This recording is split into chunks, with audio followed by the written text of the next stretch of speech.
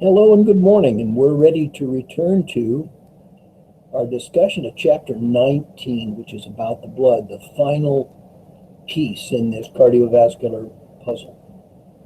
First piece was the heart, the muscular pump that propels the blood around. The second piece, a vessel system, arteries leading away to capillary beds throughout the body. And generally, when you think of a capillary bed, you got to think of living cells. You have a living cell, a capillary bed has to be somewhere nearby. Oxygen being the most immediate need, but through the day, nutrients and waste removal and water balance and hormone delivery are equally important, all of which are occurring around the capillary beds, the permeable part of the vessel system. Now, once you leave the capillaries, you're in a sealed tube again called a venule, and on that side, we're converging those vessels on the trip back to the heart. But the whole purpose of this system, heart and vessels, the cardiovascular system, is to propel the blood. And the blood is the medium that keeps our cells alive. It's specifically using our organ systems to pick up oxygen over here, nutrients over there, and bring these supplies to the living cell. Regulation through chemical messages moves through the blood if it has a full body effect. Only affecting target tissues, but it's the blood that transfers those hormones around for regulation. The metabolism in our cells does generate wastes, carbon dioxide and ammonia being the two most immediate and dangerous, and it's the blood that carries them away.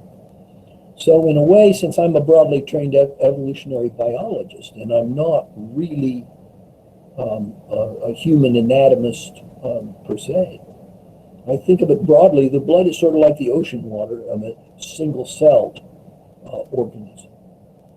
So let's go full screen and start considering this issue of blood type. It's really only recently in history, a couple of 150 years, that we could effectively open the body to correct a problem and close it again with a reasonable assurance we could manage the healing, prevent the infection that typically killed people by the hundreds.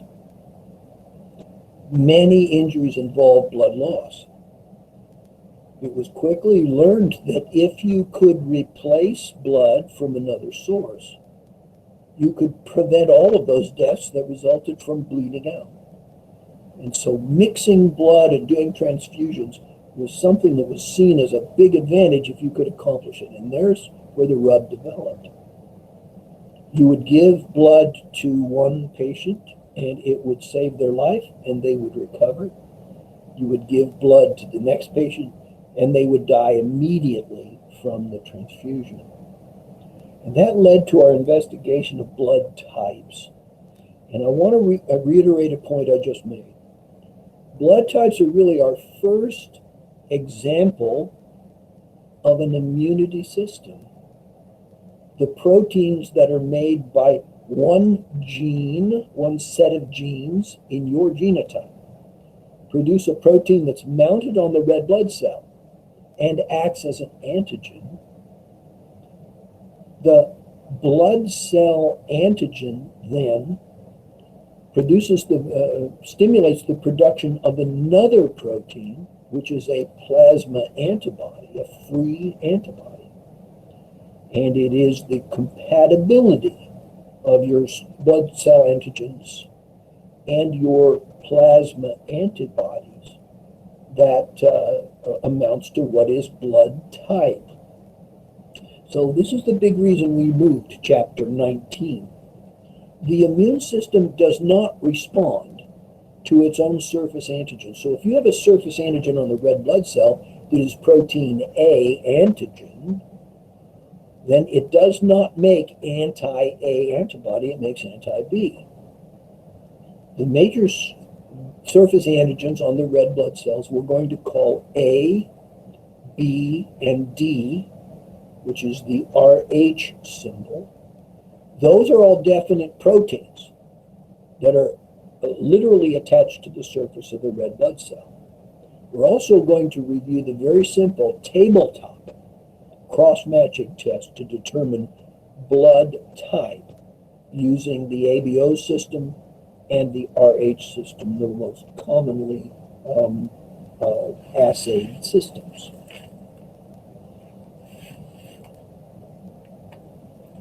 So let's begin by reminding ourselves, if we're talking about proteins in the body, proteins are made by genes. So there's 3 genetic determinants. Now, I'm gonna treat these 3 for the ABO blood type as one gene, meaning they make one protein. And the A, B, and O are different alleles of that gene. So you can have any pair of A, B, and O symbols to determine your genotype. Type A blood makes a protein we're going to call A antigen. And you can see it mounted on that top figure, a red blood cell with balls and sticks attached to the outer part. This is an A antigen on the red blood cell. If you are type B blood, you make a B antigen, and your red blood cells look like this. O is the recessive trait. O is the same gene, but its allele is not effective as an antigen. So it is no antigen is mounted on those red blood cells. We'll return to this in a second. So there are 3 genetic determinants, A, B, and O, and we have to remember about genotypes. Gametes are haploid, so each gamete would carry one of these, but each individual is diploid. Genotypes are 2 of these alleles, and each individual will carry 2 genetic determinants. That means if there's 3 alleles, there's 6 genotypes that are possible. Now we have to talk about gene expression.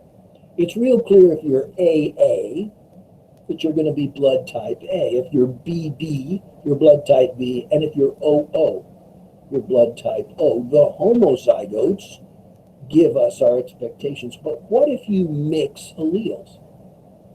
That's what determines gene expression of the relationship. So AO is blood type A because of A antigens on the blood cells. One copy of A is enough to mount the A antigen. And so AA and AO are type A blood. In fact, when you do blood type on someone who's AO, you do not know if they are on someone who is type A blood, you don't know if they're type AA or AO. You have to take that from the pedigree or a further test. So for that reason, we say that allele A is dominant over allele O. Remember what dominance was. The presence of one of those alleles covers up the other allele in the genotype. In other words, we can say the heterozygote shows the dominant trait, in this case type A. Now, BO is type B blood because it produces red blood cells like this, mounting the B antigen. So B is dominant over O. An interesting thing happens when you're AB. In this case, the red blood cells have both A and B antigens, and this is type AB blood. This condition is called codominant, when the presence of both are expressed. And the blood test reacting both with A and B antibodies is a way of showing that expression. Now, O is the recessive, so only the homozygous genotype gives you type O blood, and here's what the red blood cells look like. No antigen whatsoever. So when we look at the normal blood types in the ABO group, type A is going to have a red blood cell with surface antigen A. Now they've changed the symbols, but the idea is the same. And as a result, the plasma is going to express anti-B antibodies. There is no interaction between A antigen and anti-B. Conversely, type B has the B surface antigens and anti-A. No reaction. Type AB blood has both A and B antigens, but no antibodies whatsoever. And type O, with no antigens on the blood cells, makes both types of antibodies, anti-A and anti-B. So you can notice each of these is clearly different. So what do we mean by blood incompatibility or mismatching? If you combine blood that is B blood, you'll notice this has the B antigen, with any blood or plasma that carries the anti-B antibody. This is actually protein chemistry, protein and protein. And the reason we call this anti-B is because it interacts, it binds to the antigen. Now, the particular shape here is no accident. This Y shape with the two little arms of the Y showing an indentation shows you the actual binding site. Because each antibody can bind with one antigen, you get the possibility of this bridging. So here's one antibody that is binding an antigen on this red blood cell and an antigen on this red blood cell. Linking them together, put in lots of antibodies, and what you get is what's called agglutination or clumping. So blood that was flowing normally around through the closed vascular system all of a sudden starts forming clumps. That clump can clog circulation. It can also induce hemolysis, the bursting of red blood cells. Now, neither of those is a beneficial effect, but in situations where you're adding a lot of blood for transfusion, this can overcome the circulatory system, stop blood circulation, and kill the patient. This is the tabletop test illustrating the way you do it. And so for one patient, you take a couple of drops of blood and put them in two wells if you're testing just for AVO system. You put anti-A in this sample and anti-B in this sample, and this clustering of the red blood cells shows that agglutination and is a positive reaction. So if you interact with anti-A, you have type A blood. If you agglutinate with anti-B, you have type B blood. And since both of these are clumped, this is a type AB test. Now down below you see a type A individual using the same. By the way, I want you to notice the backgrounds here. As a double check to make sure your mixtures are correct, they put a blue dye in anti-A and a yellow dye in anti-B, and so you can kind of notice the background color as a check. Here we have anti-A has produced the clumping again, but over here, although it changes the color a little, the dye does that, and it looks a little grainier than whole blood. There is no real agglutination. So this is type A blood. Conversely, here's type B. You can see that that blue dye turns the red blood kind of a brownish color, but it's basically dispersed individual red blood cells compared to the clumping that takes place over here. So this is type type B blood. Down below, you see there's no real agglutination in either well, indicating type O blood.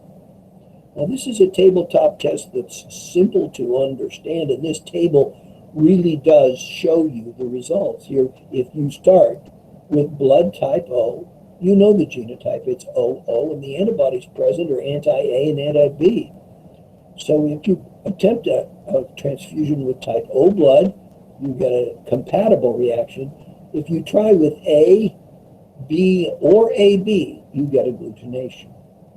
And these particular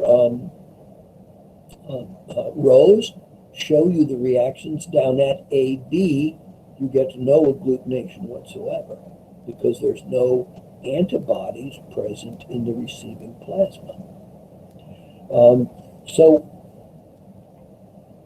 Blood type is interesting for another reason, because blood type is a genetic trait. Originally, there was an original blood type. Most think it's O, but there are percentages of blood type in some areas that make an argument for it being type A. But you can see here a survey of blood types from the U.S. Now, this is something that's convenient in the U.S. because you can actually find people and verify that they have a specific regional descent. So if they came from Africa, if they came from China, the Philippines, and so forth. And so a study in the U.S. saves you a lot of traveling around. You'll notice a predominant distribution of O and A in the United States, with a small percentage of B. And because of the rarity of making the AB blood type, the smallest percentage is almost always AB. Over here you see the RH factor, something that we haven't added yet to our compatibility discussion, but you can see those distributions. Now, as you look around the Earth, you find characteristic distributions in these different nationalities. Look at Native North Americans, 80% O and 16% A, 4% B. Interestingly enough, the Blackfoot tribe in the Front Range of the Rockies around Wyoming are about 75% type B, kind of an odd characteristic. Now, we usually look at these distributions. Native South Americans, 100% type O.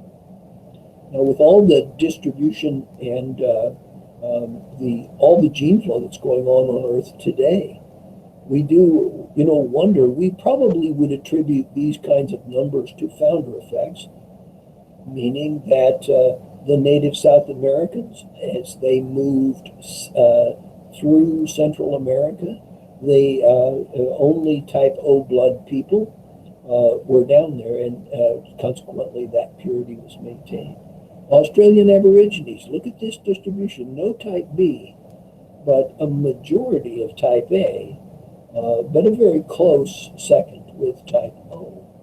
The study of these distributions would be what we call biogeography, looking at these blood types as clues to the origins of peoples and their migration patterns as they spread out over the Earth. Over here, the RH factors, you'll notice that for the U.S., we get some variation in RH factor, with RH positive showing up in a vast majority of people. But in many other places, the nationalities, China, Filipino, Hawaiian, Japanese and Korean, Native North American, South American, and Aboriginal, all RH positive people. That speaks to homozygosity in those populations. The RH system is a different gene, and the gene has two alleles. We'll just call them plus or minus, and minus is the recessive allele. It doesn't interact in any way, antigen-antibody interaction. So it's another situation where antibodies are not present in Rh negative blood. It also means you're Rh negative only if you have the negative genotype.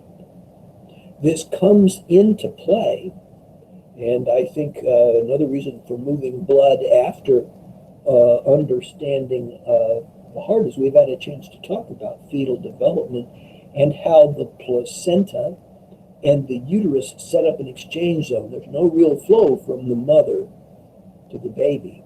So blood cells do not come across. However, antibodies can. Now, the mother who is conceiving for the first time may conceive a baby who is different in terms of Rh factor.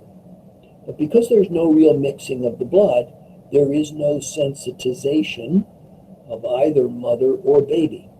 However, when the first baby is born, an Rh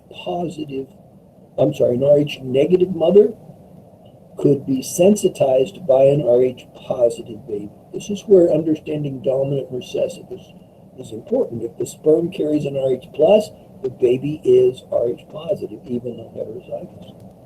During birth, there is bleeding and release of both fetal blood and of maternal blood, and it mixes in the birth canal. That is enough mixture of blood to sensitize the mother, and the mother can make, at that first birth, Rh positive antibodies. Now, a second conception, those antibodies are small enough to move across, and therefore it could have an adverse effect on the development of a second Rh positive fetus. This is something that was handled even in recent history. I say recent, I'm pretty old, but at the time of my marriage, they still required a blood test to alert couples of the potential for this problem. Now we handle it by suppressing the immune system, so that in cases where a potential interaction is possible, we give the mother a RhoGAM injection and uses the antigen-antibody reaction to suppress that adverse effect on fetal development. A full blood type is shown here. Typically, we have 4 tests. If we have a pure blood sample, notice these blood samples and how they appear. Red in color, but dispersed. They look a little grainy, but basically this is a fairly uniform color across. So in looking at these tests, here's anti-A and anti-B. Here's what happens when you add anti-D. So to read across, we have A positive, B positive, AB positive, and O negative, that are the blood types that are revealed by this particular sample. So red blood cells, primary job is to carry oxygen. They're very dense, 4 to 6 million per milliliter. Look how they're packed into this blood smear. Uniform in appearance, not much in terms of organelles, not much in terms of features. They're packed with hemoglobin, and that's their main appearance. The rarer white blood cells are also called leukocytes, white cells, because in an unstained preparation, they basically are clear. Many of them are amoeboid and can respond to chemical signals and move in response to those signals. These are defensive cells. They don't carry hemoglobin. They have all the organelles. White blood cells do and can divide to perpetuate themselves. And in fact, that's 2 major features of white blood cells. They can move, and their detection of chemical gradients actually allows them to move toward certain locations, like injury sites, like presence of toxin, like presence of pathogen. The second feature to movement is the ability to divide. They can maintain themselves at a lower concentration in the blood, but rapidly begin to divide when they detect an infection, a pathogen, a poison. So they respond specifically to this kind of attack. Now, these are sometimes called PMNs, if you've ever heard that. That stands for polymorphonuclear. That means many appearance of the nucleus, lymphocytes. In this case, They're pointing to lymphocytes, particular kinds of leukocytes, white blood cells. Types of leukocytes we have named already. Neutrophils, eosinophils, and basophils were the granulocytes, largely responsible for what we call innate immunity, those things we're born with. You don't really need an experience of an infection to develop immunity and for these cells to operate. Down here, the agranulocytes are of a very different character. They produce adaptive immunity, especially the lymphocytes. This is how we develop our acquired immunity. This is how the experience of the infection, such as smallpox, measles, mumps, would produce an ongoing and in those days a lifelong immunity to disease symptoms. So white blood cells are going to defend against pathogens. They're going to, by the way, a pathogen is basically anything that we consider harmful in the human body. This can involve toxins. So if you can bind a poison molecule, you basically have changed its chemical nature, and you may, in fact, reduce its toxicity. Debris, so the remnants of cell destruction or cell death have to be cleared. Waste products, and of course, pathogens that are infectious, like bacteria. Viruses are, of course, not alive, but they are pathogens, as we're discovering with COVID-19. We also notice something very interesting about selected white blood cells. Some of them can recognize body cells that are abnormal and attack them and destroy them.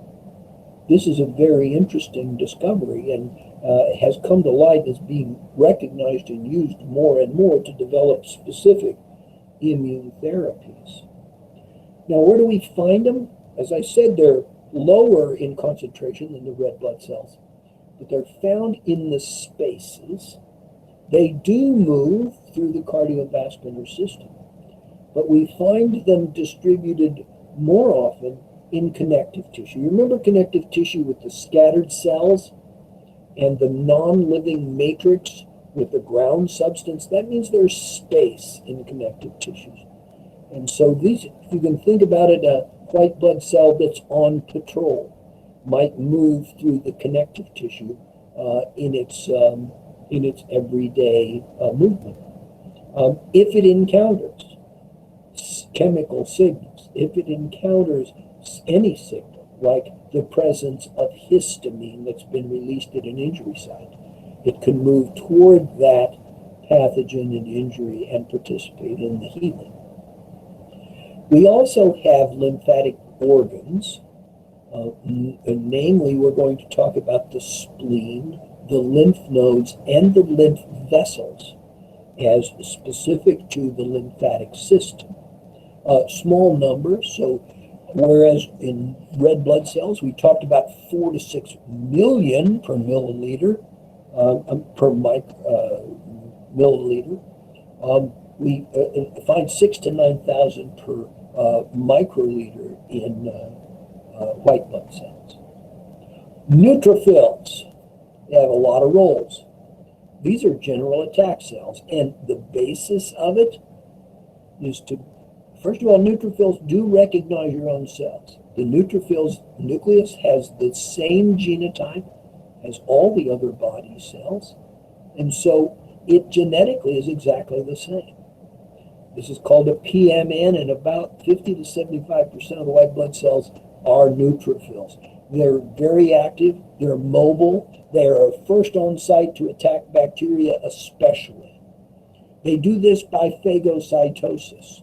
Their ability to move, their ability to basically by forming pseudopodia, like we saw in amoeba, allows them to approach and actually contact a potential pathogen. If they do that, they do phagocytosis, which is eating a cell. That's a type of endocytosis that we reviewed earlier in AMP1.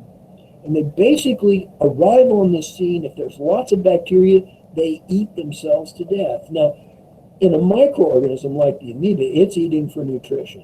White blood cells are sustained by the nutrients in the body. And their protective role, though, they basically eat until their cytoplasm is so stuffed with these vesicles full of dead bacteria that basically they die. That becomes a signal. Their chemical interactions with the surrounding injury site will attract other white blood cells to the injury site, stimulates inflammation, which aids in and hastens the healing, and forms an exudate that we call pus. Eosinophils are present and active with parasites. And parasites are basically animals. So botfly larvae, mites, hookworms, and pinworms, intestinal worms, all of these animal infestations are attacked by eosinophils. And also eosinophils are active against allergens. Now, allergen is an antigen that our antibodies react with, but an allergen is really something that doesn't harm you that much. It is the body's reaction to pollen that produces the allergy, not the potential of death. The body's reaction is more dangerous than the pollen itself. So, can attack large parasites. They're sensitive to allergies, and they control inflammation. Enzymes counteract the inflammatory response. Basophils are rare. They do show up in large number by recruitment. They move to damaged tissue. They also dump histamine, heparin, and other damaged chemicals in response to damaged cells and damaged tissue. This produces the inflammation response along with mast cells, and blood flow to the injured area is increased, producing all of the effects of reddening, of tenderness, of heat that accompany inflammation. Monocytes. Monocytes are our first agranular leukocyte, and they are inactive as monocytes, but when they detect a threat, they turn into a big eating cell called a macrophage. Macro because it's large, phage because it shows phagocytosis at a high rate. They're large and spherical, and they have the ability to detect and move to infected areas. So here's a photo. It's basically showing a cardiovascular element, a capillary, and when you reach in the capillary zone, if you're infected in this area, chemicals are permeating the blood, and circulating macrophages basically become sticky, stop, and literally crawl out of the capillary. This is called diapedesis, this exit from the circulating blood. It's a wonderful way that macrophages can be highly mobile and can concentrate quickly at an injured site. Macrophage actions are shown here as this is attacking these two pathogenic cells, engulfing them. Now that may be a living cell, it may just be a pathogen of another type. And they also secrete this alarm chemical. They can attack any cell or living organism that is not a body cell. And this is what we mean by non-self cell. Remember, we start out as a fertilized egg, and every cell of our body, except the gametes that we produce, replicates that fertilized egg's genotype. So there's genetic identity of the macrophage with all body cells, and that's the basis of self-recognition. A self cell would be one with complete genotype like yours. A non-self cell would have genetic differences. That means its membrane might be different. It's the signal proteins that are stuck on the outside of its cytoplasm might be different. Macrophages can also bind some toxins. As it's important to remember, when you have two reactants and you combine them, you have a new molecule. So a very, very toxic molecule is fundamentally changed by binding with anything else, whether it's another chemical or whether it's a cell. In the body, we make use of this. Ammonia is produced by the digestion of proteins, and it's very deadly because it's a strong base. But you combine two ammonia with a carbon dioxide, and you've got urea, which is still not a nice molecule, but it's several levels of magnitude less danger immediately to the living cells. It also, macrophages and their chemicals also attack fibroblasts. These are the collagen and reticular and elastic fiber producing cells that are going to start lacing together that damaged tissue and to initiate repair. Finally, lymphocytes are the cells of the lymphatic system that we typically associate with immunity. This is our acquired immunity. This is the smallpox vaccination that renders us immune to smallpox for the rest of our lives. It's basically a high percentage of the circulating white blood cells. They're larger. They migrate in and out. They're great moving cells. We find them mostly in connective tissue and lymphatic organs, and they produce specific defenses, meaning this: you're born with the capacity to be immune to smallpox, but you are not immune. It takes the right vaccine or the experience of the smallpox or cowpox infections to generate a specific defense, but that specific defense eliminates the infection from your body. It also leaves behind a thing called memory cells. And those memory cells can then respond so fast to reinfection that you actually are cured of the infection before there is enough reproduction of the pathogen to give you disease symptoms. So I want to make this clear. It's not that it prevents, for example, in an environment that had smallpox, you would be regularly reinfected with smallpox, but your immunity would clear it before you detected any symptoms. Lymphocytes, we have three kinds. T cells are lymphocytes that mature in the thymus. They produce cell-mediated immunity, meaning the antibody is actually mounted on the T cell, and the T cell has to be there to attack the antigen. And if the antigen's on the wall of a bacteria, that means the T cell has to be there. B cells are called B cells because they mature in bone. Bone maturing cells release their antibodies in free form. So the chemical antibody is released from the cell. This produces what's called humoral immunity. The immunity is actually in the blood plasma. It's in the interstitial fluids, free from the B cell itself. B cells form the active antibody-producing cell called a plasma cell prior to secreting antibodies. A third type of lymphocyte, the natural killer, is one of the cells that is of great interest to us because we've discovered that natural killers, first of all, we are born with them. And secondly, they can actually attack cells that have been fundamentally changed by infection.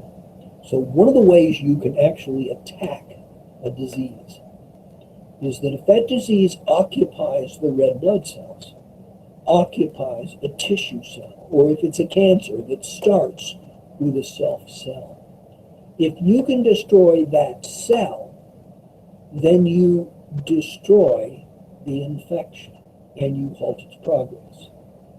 Malaria is dealt with in this way. It occupies the red blood cells. If you can detect which cells are invaded by the malarial parasite and burst them, then what you have is an incomplete infection. Now we're going to go forward with this lymphocyte discussion in chapter 22. It's going to be a major job the next week. We're going to spend the entire week on it prior to our first test. One other thing the blood can do is clot, and this color-enhanced figure shows you the effect of that. Basically, a soluble chemical polymerizes into an insoluble fiber, forming this kind of net-like, spider-webby, sticky, net-like pattern of fibers.